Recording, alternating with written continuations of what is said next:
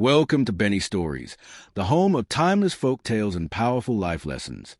Hit subscribe, tap the bell, and give a quick thumbs up. Now, let's dive straight into today's story.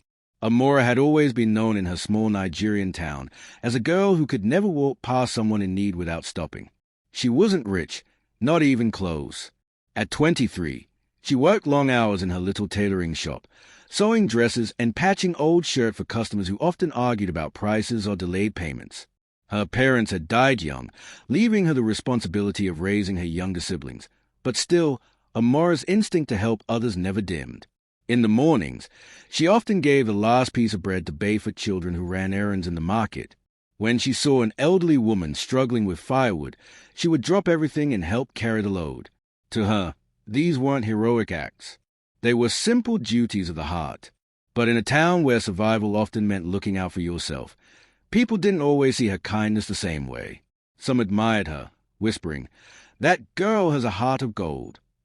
Others mocked her, sneering, "She's wasting her life on people who can't pay her back." Amara learned to ignore both. One sunny afternoon, while returning from the market, she noticed a small boy sitting by the roadside. His face was streaked with tears, his clothes dusty, and his bare feet swollen from walking. Passers-by glanced at him but hurried on. Amara stopped. She knelt, offering him roasted groundnuts she had bought. The boy sniffled, accepted them, and whispered that he couldn't find his mother. Amara's heart clenched. She held his hand, walking through the crowded market until they finally found his frantic mother searching. The woman burst into tears of relief. Amara brushed it off, saying softly, "It was nothing. Any mother's child is my child." She walked away without realizing that this nothing would change her life forever. Unknown to her, someone had been watching. His name was Obinna, a tall man in his early 30s who had returned to the town briefly for business. He was well-dressed but modest, blending into the crowd. Unlike others, he didn't just see Amara return the lost boy. He saw the way she bent to the child's level, fed him before asking questions, and spoke gently as though time itself had paused for him. Obinna was no stranger to human behavior. As a businessman who dealt with partners, contractors, and rivals, he could read people well. And in Amara, he saw something rare, a selflessness that wasn't performed for praise or recognition. He didn't approach her immediately. Instead, he followed at a distance until she led the boy safely back to his mother. Only then did he step forward, thanking her. Amara smiled shyly and replied, "Any of us would have done the same." But Obinna knew that wasn't true. He had seen dozens of people ignore the boy. Amara was different. Over the next few days, Obinna found himself thinking about her more than he expected. He had wealth and influence, but he was also burdened with enemies who resented his rise. Still, the image of a young woman who could give so much with so little clung to him like a song he couldn't forget. Meanwhile, Amara returned to her daily life, unaware that her small act of help had planted a seed in the heart of someone who could change her destiny. Amara's tailoring shop was her pride, though it barely made ends meet.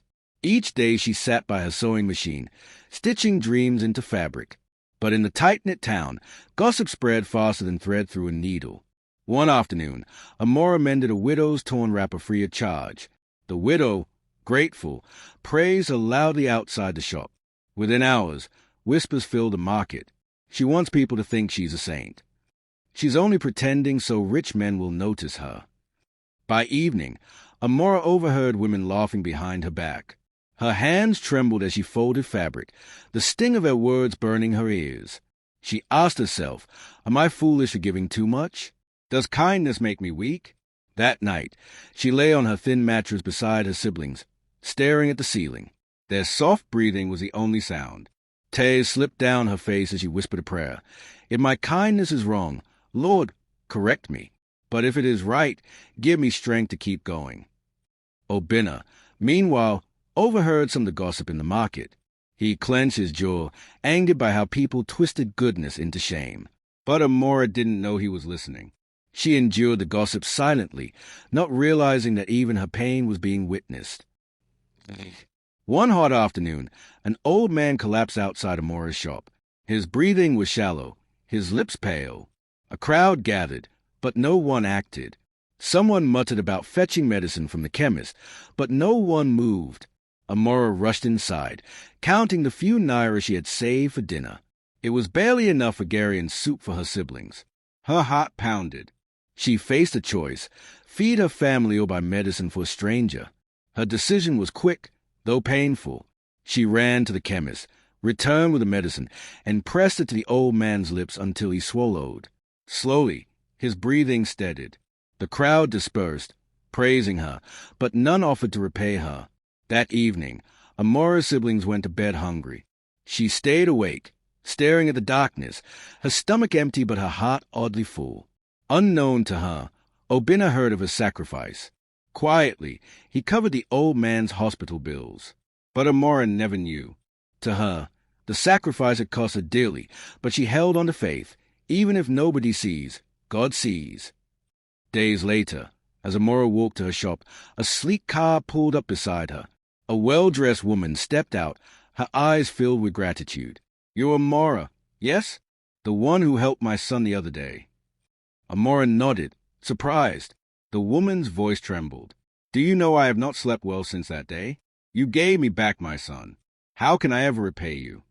She tried to hand Amara an envelope of money, but Amara shook her head firmly. "Please, madam, I only did what any human should do." The woman smiled sadly, realizing money could not buy Amara's kind of heart. She handed her a business card instead. "If you ever need anything, call me. Don't hesitate." Amara slipped the card into her bag without much thought. To her, it was just another closed chap to her help. But what she didn't know was that this woman was highly influential, and one day, a desperate phone call would fling open doors Amara never even knew existed. For now, she continued her quiet life, unaware that destiny had already begun its work. Obinna could no longer deny it. He was drawn to Amara. It wasn't just her beauty, though her dark skin glowed under the sun, and her smile could light a room. What captivated him was her spirit. He had met countless people in his business life, politicians, executives, wealthy men and women, but few had the quiet strength and humility Amara carried so naturally. So he kept watching, discreetly. He asked questions in the market. He learned about her parents' death, how she worked tirelessly to raise her siblings, how she sacrificed meals so others could eat. Every story made his admiration deepen. But Obinna was cautious. His wealth had attracted opportunists before, women who wanted comfort, friends who wanted favors, enemies who wanted him ruined. He wondered if Amara's kindness was genuine, or if she too would change if she knew who he really was. Meanwhile, Amara went about her days unaware of his interest. To her, Obinna was just a stranger she had met once. Yet, destiny was slowly weaving their lives closer, preparing for the day their paths would fully collide. One evening, Amara noticed her neighbor, Ngozi, carrying a heavy basin of cassava. Instinctively, Amara rushed forward to help. But instead of gratitude, Ngozi snapped. "Do you think I'm weak? Must you always show off with your kindness?" The word stung. For the first time, Amara realized not everyone wanted help, even if it was offered sincerely. She apologized, retreating quietly. That night, she replayed Ngozi's words in her mind. Was her kindness becoming a burden? Was she crossing boundaries she didn't see? The next day, gossip spread again, that Amara used her good heart to embarrass others, to make them look small. Some laughed, others pitied her. Amara forced herself to smile as she worked, but inside, doubt gnawed at her. Obinna heard about this incident too. It frustrated him. Why did the world twist kindness into a weapon? He wanted to step in, to defend her, but he held back. He needed to see how Amara herself would handle the sting of rejection. And Amara, though hurt, whispered to herself that night, "Even if they mock me, I will not stop. Helping is who I am." One hot afternoon, Amara was closing her shop when she saw a group of school children stranded by the roadside. A heavy rain was about to fall, and the children had no transport fare. Without hesitation, Amara gathered them under her tiny umbrella and walked them home, one after another. She returned late, drenched, her hair dripping, her clothes soaked through. When she arrived, her siblings worried. Her younger brother scolded her gently. "Sister, you give too much. One day you will give until nothing is left." Later that week, The influential woman whose son Amara had saved, her name was Mrs. Adeku, invited her to visit. Reluctantly, Amara went. Mrs. Adeku pressed her again to accept money, but Amara refused. Finally, Mrs. Adeku said, "If you won't take from me, then allow me one thing. Come work with me. I need someone with your heart to help manage my community projects." Amara froze. She had never worked outside her small shop. She doubted herself, feared gossip, feared failure. But Mrs. Adeku's insistence was firm. "This is not charity. It is destiny." After days of prayer and thought, Amara agreed. The decision would soon turn her world upside down. Amara's first day at Mrs. Adeku's NGO office felt like stepping into another world. The tall building, the polished floors, the busy workers, it was all overwhelming. She was given a modest role at first, assisting with outreach, recording beneficiaries, and organizing supplies for widows and orphans. But Amara's sincerity shone through. Unlike others who rushed tasks for show, she listened to each woman's story, comforted the children, and often stayed late to finish paperwork. Her colleagues noticed. Some admired her, while others grew jealous, whispering that she was trying too hard. One afternoon, Obinna happened to visit the office as a guest donor. When he saw Amara there, his chest tightened with surprise and pride. Their eyes met briefly, and she smiled politely, unaware of how much her presence affected him. That night, Obinna couldn't sleep. He realized fate had brought them together again, not by accident, but by design. Amara, meanwhile, felt a strange sense of fulfillment. For the first time, her help wasn't mocked. It was structured into real change. She didn't know it yet, but this step into Mrs. Adeku's world was the beginning of her transformation. Success never comes without enemies. Within weeks, Amara's growing reputation in the NGO began to spark envy. A senior staff member, Kyoma, began to whisper behind her back, "Who does she think she is? Acting like a saint." Soon, rumors spread that Amara was close to Obinna, that she used her beauty to win Mrs. Adeku's favor, that she was only pretending to be kind to secure a better life. Amara was crushed when she overheard some of these lies. She had worked with honesty, yet again people twisted her help into selfishness. For a moment, she considered quitting. But Mrs. Adeku noticed her sadness and called her in. "My dear, do not let envy break you. When light shines, shadows gather. Keep shining." Amara nodded, tears in her eyes. For the first time, someone powerful had told her that her kindness was not weakness but strength. Obinna, hearing the rumors too, quietly investigated. He found the source and handled it discreetly, ensuring Amara would not be destroyed by lies. Yet, he still kept his distance, testing if her light could endure without his protection. And Amara, though bruised, chose to rise again, not knowing the storm ahead would test her more than ever. It happened on a Tuesday morning. Amara arrived at the NGO office to find the staff in chaos. An accusation had been made. A large sum of money was missing from the funds meant for widows.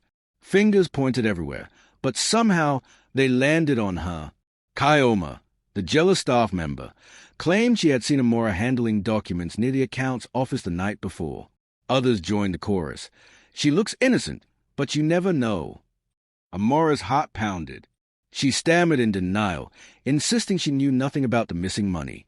But in the world of whispers, her protest sounded weak. News spread quickly beyond the office. In the market, women shook their heads. "We knew it," pretending to be kind, but only after money. At home, her siblings cried, confused and hurt. Amara wept silently that night, asking God why her kindness always turned into pain. For the first time, she considered leaving the NGO, leaving everything. But deep down, a voice reminded her, truth will fight for you even when you cannot. She didn't know that the truth was already stirring. Obinna, upon hearing of the scandal, was furious. He had been quietly donating to the NGO, and he knew how funds were tracked. He also knew Amara's character. She was incapable of theft. Instead of confronting her directly, Obinna began investigating. His position gave him access to records others didn't see. Within days, he uncovered irregularities that pointed straight to Kyoma, the same woman who accused Amara. Kyoma had falsified records, hoping the blame would fall on the newest, most vulnerable staff member. But Obinna didn't stop there. He attended the next board meeting, where Amara sat trembling, her head bowed under shame. Just as the directors debated her dismissal, Obinna rose. His voice was calm but firm. "You accuse an innocent woman while the real thief sits among us." He laid the evidence on the table. Gasps filled the room. Kyoma stuttered, tried to deny it, but the records were clear. She was dismissed on the spot. Amara burst into tears of relief. She looked at Obinna, gratitude flooding her heart. For the first time, she realized he was not just a stranger, he was a defender. After the scandal cleared, Amara sought out Obinna privately. She thanked him with trembling hands and a voice thick with emotion. "If not for you, I would have lost everything." Obinna smiled gently. "You don't owe me thanks. Your truth defended itself. I only brought it to light." That moment sparked a bond neither could ignore. They began to speak more often. At first, their conversations were formal, about NGO work, community projects, and logistics. But slowly, they spilled into personal ground. Amara shared stories of her siblings, her struggles, and her doubts about whether kindness was worth it. Obinna, in turn, revealed parts of his own life, how wealth had brought him enemies, how he longed for genuine people who saw him, not his money. They laughed together, sometimes sat in thoughtful silence, sometimes argued passionately about the best way to help people. Through it all, one truth became undeniable. They had found in each other what they didn't know they were missing. Still, Amara remained cautious. She had been burned by gossip too many times. Was this bond real, or would it too become twisted by the world's cruel whispers? One late evening, as Amara walked home from the office, she heard cries from a nearby alley. Rushing in, she found a young girl being harassed by two rough-looking men. Fear froze her for a moment, but instinct quickly overpowered it. She shouted, grabbing a stick from the ground, and charged forward. Startled, the men fled, leaving the girl shaking in tears. Amara took her home, discovering that she was an orphan who had been living on the streets. That night, Amara sat with the girl, fed her, and promised she would not be alone anymore. The story of her bravery spread quickly. Some hailed her as a hero, while others sneered, claiming she had staged the event for attention. But for Obinna, the incident sealed what he already knew. Amara was no ordinary woman. She was fearless in the face of danger, driven not by show, but by love. Days later, Mrs. Adiku officially made the girl part of their outreach program. Amara visited her daily, treating her like a younger sister. For the first time in a long while, Amara felt that her help was not just changing lives, it was saving them. By now, Amara had become an indispensable part of the NGO. Projects flourished under her supervision, and her influence in the community grew. Yet, she remained humble, still stitching clothes in her shop during weekends, still feeding hungry children when she could. It was during one of these quiet evenings that Obinna arrived at her shop. He was not dressed in his usual business attire. Instead, he wore a simple native outfit, his expression serious but tender. Amara looked up from her sewing machine, surprised. "Obinna, what brings you here?" He stepped forward slowly, his eyes never leaving hers. "Amara, I've watched you give when you had nothing. I've seen you stand tall when the world tried to break you. And I've realized you are the kind of woman I have prayed for all my life." Her heart pounded as he knelt, producing a small velvet box. "I don't just want to support your kindness. I want to walk beside it. Amara, will you marry me?" Tears blurred her vision. She never dreamed her simple acts of help could lead her here, standing in her tiny shop, face to face with love she never sought, but which destiny had woven into her path. The air was thick with silence. Amara's lips trembled as the weight of her answer formed. Amara's heart thudded in her chest as Obinna knelt before her in her tiny shop, velvet box open. For a moment, the world went silent. The sound of sewing machines from neighboring stalls faded. The chatter of passers-by dissolved. It was just him and her.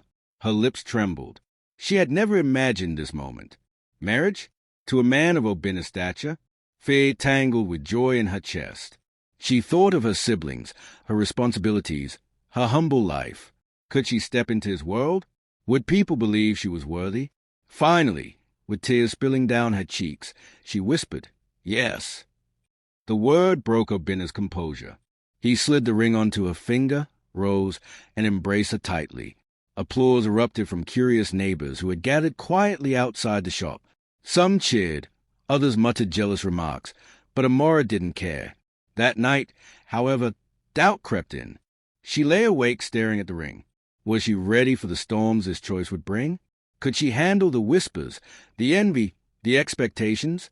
She prayed softly, "Lord, if this is my path, give me strength to walk it." News of the engagement spread like wildfire. Some hailed Amara as blessed, saying her kindness had brought her favor, but others unleashed venom. She trapped him with her fake good heart.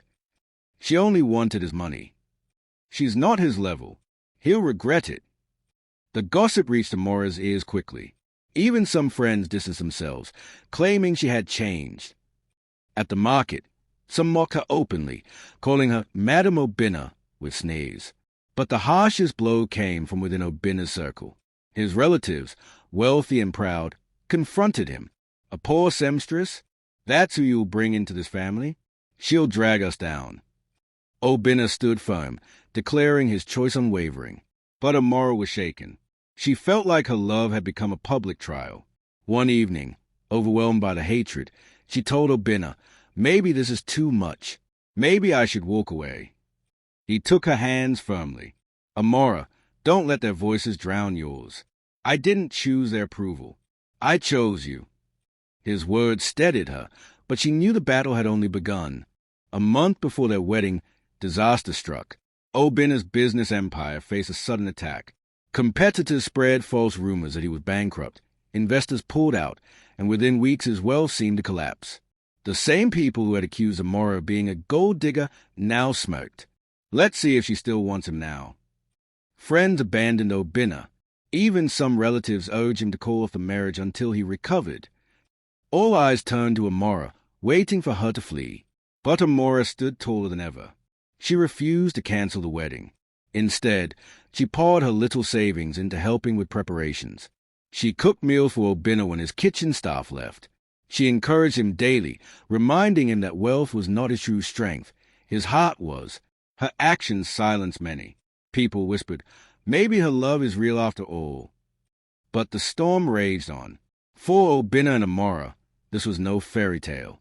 It was a furnace meant to either break them or purify them. The wedding day arrived.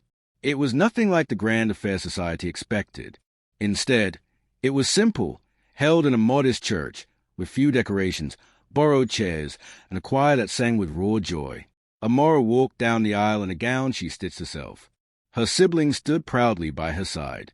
Obina, though weary from battles, looked at her with eyes full of love and reverence. When the pastor asked if she would take Obina for better or worse, richer or poorer, Amara's voice rang strong. "I do." Tears flowed freely, not just from her but from many in attendance. Even some who mocked her before were moved. They realized this wasn't a union of wealth and status. It was a union of two souls bound by truth and sacrifice. That day, Amara's life shifted forever. She was no longer just a seamstress known for small acts of help. She became a woman whose story would ripple far beyond her small town. Months after the wedding, storms still came. Financial struggles, gossip, the heavy expectations of her new life. But Amara did not break. Instead, she leaned into the very thing that had always defined her, helping others. With Obina's support, she expanded Mrs. Adeku's NGO, creating programs for widows, orphans, and struggling women. She started a free sewing school, teaching young girls to earn their own income. Slowly, Obina's business recovered, but he often told people it was Amara's strength that restored him. One evening, standing before a large crowd at a community event, Amara was honored for her impact. As she looked at the faces, the widows smiling, the orphans laughing, the women she had trained, her heart swelled. She thought back to that first day, when she knelt by a crying child at the roadside with nothing but groundnuts to offer. That simple help had changed everything. It had brought her love, trials, betrayal, and triumph. Her voice trembled as she addressed the crowd. Kindness is never wasted. The world may mock you, but every small act of help plants a seed. And one day, those seeds can grow into a crown. The audience erupted in applause. For Amara, the seamstress who gave too much, her help had indeed become her crown.